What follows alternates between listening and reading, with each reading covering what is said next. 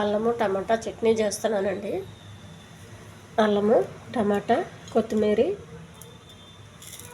చింతపండు, ఎండుమిర్చి, ఒక పచ్చిమిర్చి, జీలకర్ర, శనగపప్పు, మినపప్పు, ఉప్పు, నూనె, ఒక ఉల్లిపాయ.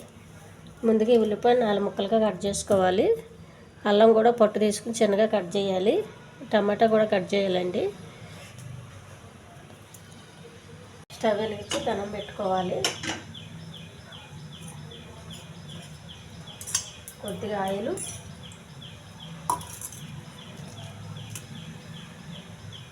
ఎండుమిర్చి, పచ్చిమిర్చి, శనగపప్పు,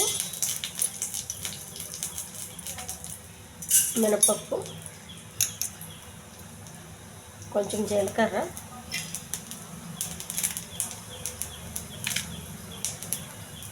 పుదీనా, కొత్తిమీర, అల్లం. ఇది బాగా వేగించాలి.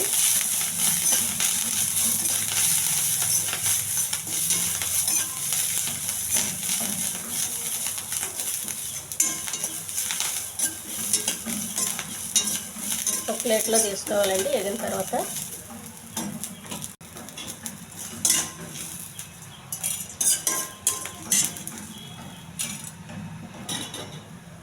కొద్దిగా అల్లం,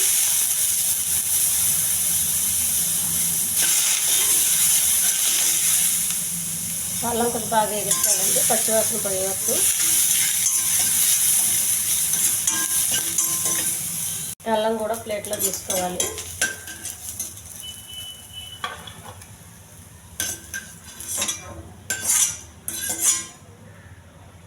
ప్లేట్లో తీసుకొని చల్లారనివ్వాలి. టమాటా,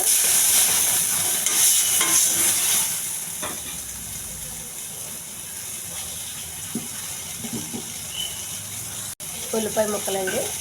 టమాటా, ఉల్లిపాయలు బాగా వేయించాలి.